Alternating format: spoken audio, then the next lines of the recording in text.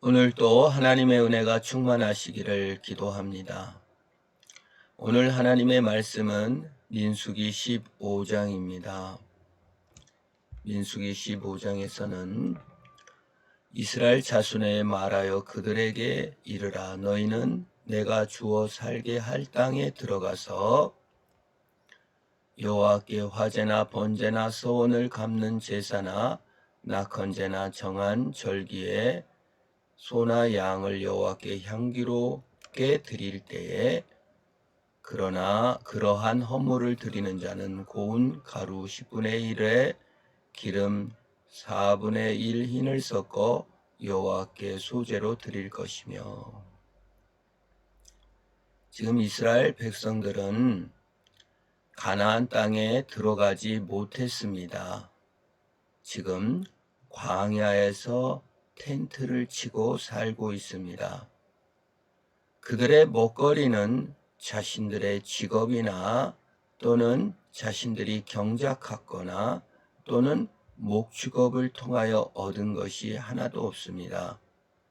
모두 다 아침에 일어나 광야에 나가 만나를 거두어 먹습니다. 직업의 의미가 없지요. 모두 다 군인들처럼 살고 있습니다. 텐트에서 살다가 구름이 떠오르면 모두 다 텐트를 걷어서 행진을 합니다. 약탈자나 도적이 되어야 될 형편입니다. 사막 광야에서 떠돌고 있는 나그네들입니다. 그들에게 직업이 무슨 의미가 있으며 경작이 무슨 의미가 있습니까? 모두 다 평등한 상태에서 모두 다 매일 만나를 거두어 먹고 살고 있을 뿐입니다. 머리가 똑똑하다고 칭찬을 듣겠습니까? 좋은 직업을 가지고 있다고 해서 칭찬을 듣겠습니까? 많이 수확해서 돈을 많이 벌었다고 해서 칭찬을 듣겠습니까? 누가 누구에게 아쉬울 것도 없는, 계급과 공로가 없는 완전한 자유와 평등을 누리는 행진의 시간입니다. 그런데 그들이 가나안 땅에 들어가면서부터 시작되는 것이 무엇입니까? 경작입니다. 직업입니다. 목축업을 하게 됩니다. 이제 돈을 벌게 되고 이제 곡식을 쌓아놓게 됩니다. 더 직업을 통해서 돈을 더 많이 버는 사람들이 생기고 경작을 통하여 더 많은 잉여 재산들을 쌓게 됩니다. 목축업을 통하여 많은 소와 양을 부자들이 생기고 가난한 자들이 생겨날 것입니다. 여기서 이제 생기는 것이 뭐예요? 계급이 생기죠. 계급이 생기면 공로가 많은 자와 적은 자, 돈이 많은 자와 적은 자, 기술이 좋은 자와 낮은 자가 구분이 됩니다. 그러면서 갑질이 생기고 그러면서 열등한 자들이 생기고 미움과 반목이 시작됩니다. 그런데 하나님께서는 이스라엘 땅에 들어가서 해야 될 일이 무엇이냐? 계급을 빼어내고 공로를 빼어내고 자기가 왕이며 자기 잘난 맛에 살며 자기 공로와 자기 기술로 사는 것이 아니라 모두 다 하나님의 선물이요 하나님의 은혜임을 확인하는 작업, 감사의 제물을 드리는 것을 시작하라고 말씀하고 있습니다. 자기 계급과 공로와 자기 우상을 빼내지 않고는 감사와 행복의 삶을 살 수가 없습니다. 자기가 수고해서 자기 기술을 따라 자기 잘난 맛에 사는 자는 자기 자랑과 자기의 영광 돌리는 우상에 빠질 수밖에 없습니다. 그 우상을 빼는 시간이 헌금 시간입니다.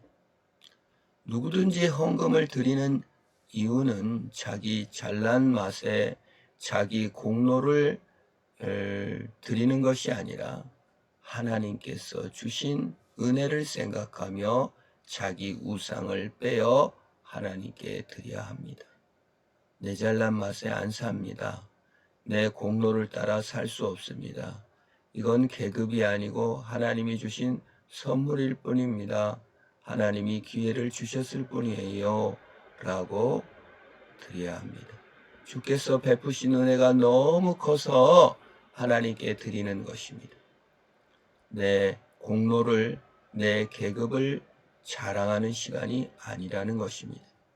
그래서 사실 헌금을 드리지 않는 자는 사실 자기 잘난 맛, 자기 공로, 자기 힘으로만 살고 있는 자입니다. 그런 의미에서 슬픈 자고 힘든 자고 불행한 자입니다. 감사할 수 없는 삶, 영광을 하나님께 드릴 수 없는 삶이 그것입니다.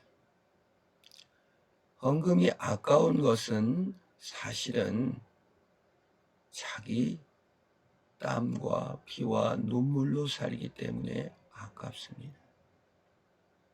드리는 것이 아깝고 이웃과 나누는 것이 아까운 것은 사실은 내 공로로, 내 경작과 내 목축으로 살기 때문에 그렇습니다. 다 주님의 것이요, 다 주님의 선물이라고 생각한다면 그것이 아깝지 않은 것입니다. 우리가 헌금을 드릴 때 아까운 생각이 들고 남을 위해 쓸 때 본전이 생각이 나고 비교가 되고 저것들이 게으른 것을 내가 책임져야 되나 이렇게 생각이 자꾸 든다면 사실은 내가 남보다 우월하고 남보다 더 많이 가져야 행복을 느끼는 시기와 우상 숭배가 있음을 깨달아야 합니다. 그것을 빼낼 때 우리는 행복해집니다. 감사로 술을 놓을 때 행복해지는 것입니다. 이스라엘 백성들이 가나안 땅에 들어가기 전에는 못을 부릴 수가 없습니다. 군인이에요. 못을 부려 뭐 하겠어요. 물도 먹을 물도 없어서 난리인데 씻을 시간이 어디 있겠습니까? 드레스가 무엇입니까? 파티복이 무엇입니까? 옷의 디자인이 무엇입니까? 화장이 무엇입니까? 무엇이 무엇입니까? 살기 전전긍긍하고 또 텐트를 치고 텐트를 걷고 이동해야 하고 싸움이 일어나는 그 전쟁의 현장에서 무엇은 없습니다. 그러나 이제 가나안 땅에 들어가면 무엇을 부릴 수가 있습니다. 기술을 사용할 수가 있습니다. 그래서 옷단술이 나옵니다. 제사 드리는 방법에 대해서 쭉 나오고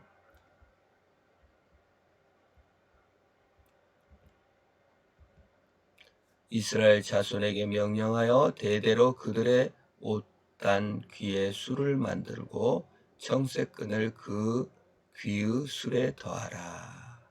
이 술은 너희가 보고 여호와의 모든 계명을 기억하고 준행하고 너희를 방종하지 않는 자신의 마음과 눈의 욕심을 따라 음행하지 않게 하기 위함이라. 이제 옷에 못을 부리라는 것입니다. 감사로 술을 넣고 옷단에 술을 따라 이 옷단에 술을 달고 이 밥을 먹을 때도 주의해야 되고 행동할 때도 주의해야 됩니다. 못을 부리기 시작하는 것이죠. 진정한 못은 자신의 마음과 눈의 욕심을 따라 음행을 따라 자신의 공로와 계급을 따라 횡포를 부리며 자기 돈을 쌓아놓는 자기만 섬기는 그러한 것이 못이 아니라 감사의 삶이 우리의 진정한 못이 되는 것입니다. 나눔의 삶이 진정한 못이 되는 것입니다. 하나님의 말씀을 따라 감사로 술을 넣고 자기의 직업을 열심히 다함으로 이웃에게 봉사할 기회를 얻는 멋쟁이가 되시기를 축원합니다. 자신을 섬기는 자신의 욕망을 따라 사는 욕심쟁이가 아니라 정말 주님께 영광을 돌리며 직업을 통하여 삶을 통하여 경작을 통하여 하나님께 드림이 되며 감사로 술을 놓는 술을 느려뜨리고 주님의 은혜를 기억하며 감사하는 자. 내 공로를 자랑하거나 계급을 따라 사는 자가 아니라 하나님께 영광을 돌리며 자유와 평등을 누리며 이웃을 도우며 하나님 나라를 확장시켜 가는 그것을 주의 은혜를 기억하는 저와 여러분 되기를 주의 이름으로 축원합니다. 하나님 아버지 감사합니다. 주님의 은혜를 기억하는 감사로 술을 놓는 자가 되게 하여 주시옵소서.